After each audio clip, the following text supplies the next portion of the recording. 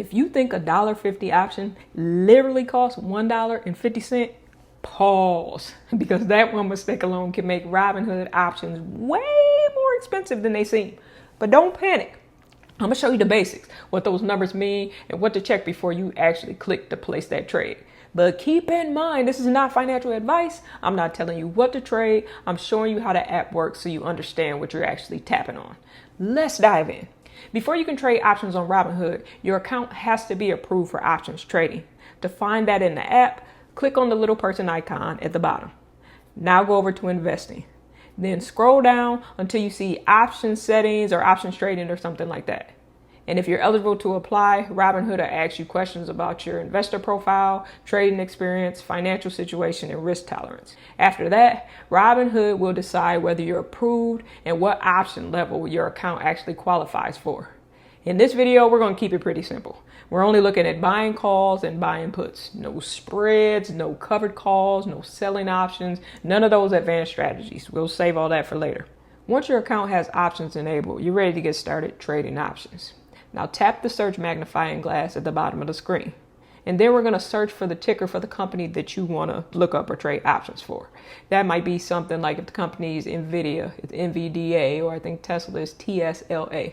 In this example, I'm going to use Duolingo, DUOL. Now, this is not a recommendation to trade Duolingo. I'm using it as a live example because this screen gives us some useful things to talk about. Once you open the stock page, you're going to tap trade, then tap trade options. After you've tapped trade options, Robinhood is going to bring you to the screen called Option Strategy Builder. Now, don't overthink this screen. I know there's a few things going on. For our beginner walkthrough, we're not building a spread, covered call, cash secure put, or anything advanced. We're keeping it to one contract. At the top of the screen, you should see the expiration dates. In my Duolingo example, Robinhood shows Duolingo is currently at $106.10. Across the top of the screen, you can see dates like May 29th, June 5th, June 12th, all the way out through dates of 2028. This top row is the part I want you to focus on. The expiration date is the deadline for the contract. Now, if I tap May 29th, I'm looking at contracts expiring May 29th. If I tap on June 5th or June 12th, I'm looking at contracts with more time left. More time usually costs more money. That doesn't automatically mean that the contract is better because it's later. A lot of times it is, but it just means that the contract has more time before expiration. For our example, I'm going to tap into the May 29th expiration. Once that date is selected, Robinhood shows the contracts available for that expiration. Now we need to choose what type of contract we're looking at. Robinhood gives you calls and gives you puts. A call is the bullish side. If you buy a call, you generally want the stock to go up. A put is the bearish side. If you buy a put, you generally want the stock to go down. For this walkthrough, we're going to use a call. So the screen is showing call options for Duolingo using that May 29th expiration date. The strike prices are listed down the chain if you scroll up and down. In our example, Robinhood shows Duolingo, as I said, at $106.10. That share price line is important because it helps you compare the current stock price to the strike prices. Above the share price line, you can see higher call strikes like the 107 call, the 108 call, and the 109 call. Below the share price line, you can see lower call strikes like the 106 call, the 105 call, and the 104 call. Since we're looking at calls, strike below the current share price are generally in the money, or ITM, you see it sometimes. So with Duolingo at $106.10, the $105 call is below the current share price, which means it is in the money. The $107 call is above the current share price, so it's out of the money. If we were looking at puts on the other tab, things would flip. For puts, strikes above the share price are generally in the money. Puts with strike prices below the current share price are generally out of the money. So don't try to memorize what's on the top or what's on the bottom. Compare the strike price to the current share price and make sure you know whether you're looking at calls or you're looking at puts. Pay attention to your tabs along the top. For our example, I'm going to tap the Duolingo 105 call. The contract says, buy Duolingo 105 call 529. This tells us 4 different things. Our ticker is Duolingo. The strike price is 105. The contract type is a call, and our expiration date is May 29th. Now we can look at the contract details. On this contract screen, the bid is $3.60. The ask is $4.30. The bid is what buyers are currently offering, and the ask is what sellers are currently asking. The gap in between those is called the spread, and here the spread is 70 cents. And because one standard option contract usually represents 100 shares, that's about a $70 spread per contract. That's a lot. Now look at the mark price. The mark price is the midpoint between the bid and the ask. So with a $3.60 bid and a $4.30 ask, the mark is $3.95. But the mark price is not a guaranteed field price. If you're buying, Robinhood may show the natural price, which is the ask. That's why on the order screen, the trade may populate $4.30 instead of $3.95. That means one contract is not $4.30 total, but it's about $430 total, plus any small fees or adjustment Robinhood shows on the estimate, which in our example appears to be about 4 cents. So all this factors in that 100 share multiplier. That's why it's $430 instead of $4.30. But with a spread this wide, you also have to be very careful of using market orders. A market order can fill quickly, but it gives up control over the exact price. A limit order lets you set the most you're willing to pay, but the drawback is it may not fill. But at least the price is defined before the order goes out. In our Duolingo example, the ask is $4.30. If you leave the limit price at $4.30, the estimated cost is about $430 for one contract. If you lower the limit price closer to the mark, maybe around $3.95, the order may or may not fill, and that's the trade-off. A better price usually has a lower chance of filling. A more aggressive price usually has a higher chance of filling. The point is to understand which one you're choosing and why, basically. You'll also see other numbers on the contract screen. Volume tells you how many contracts have traded today. Open interest tells you how many contracts are currently open. Higher volume and higher open interest usually mean the contract has a lot more activity.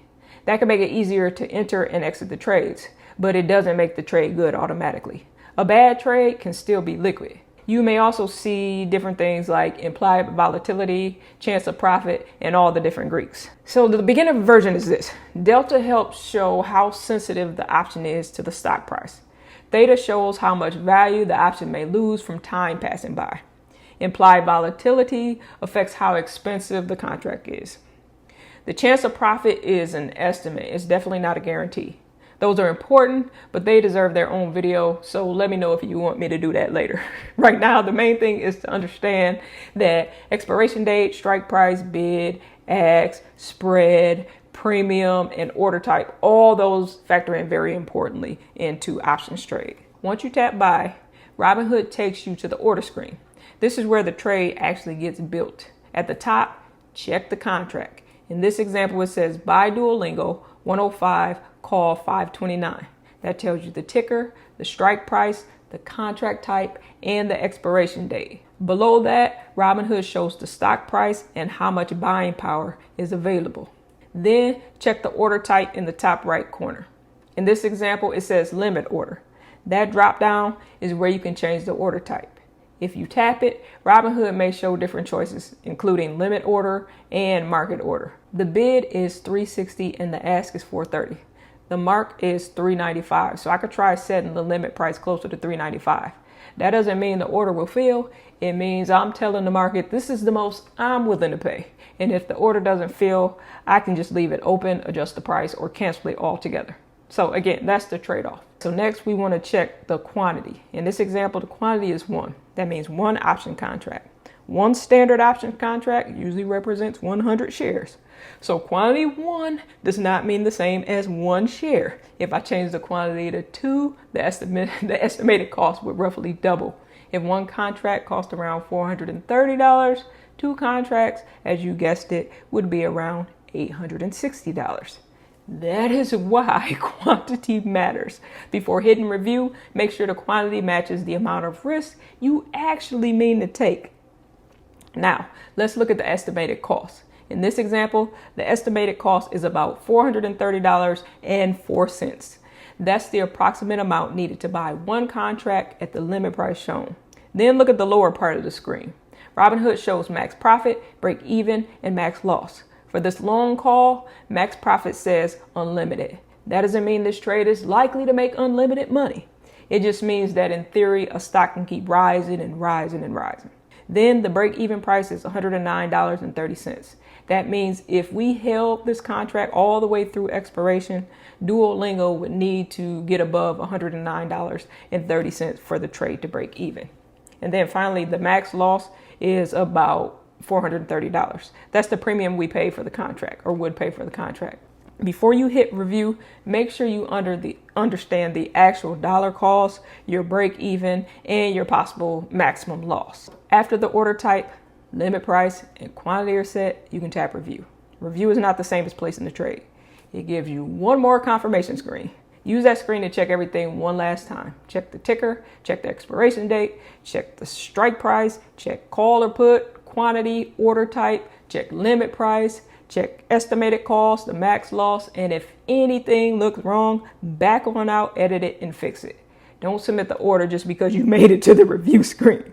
This is why the review screen exists, so you can catch mistakes before the order goes out live. If you submit the order and it fills, you now own that option contract. If it doesn't fill, that doesn't mean something went wrong. It may just mean nobody accepted your limit price. At that point, you can usually leave the order open, or you can cancel it or replace it with a different price if you still want it. Now let's talk about getting out of the trade, because this is where some people can get confused.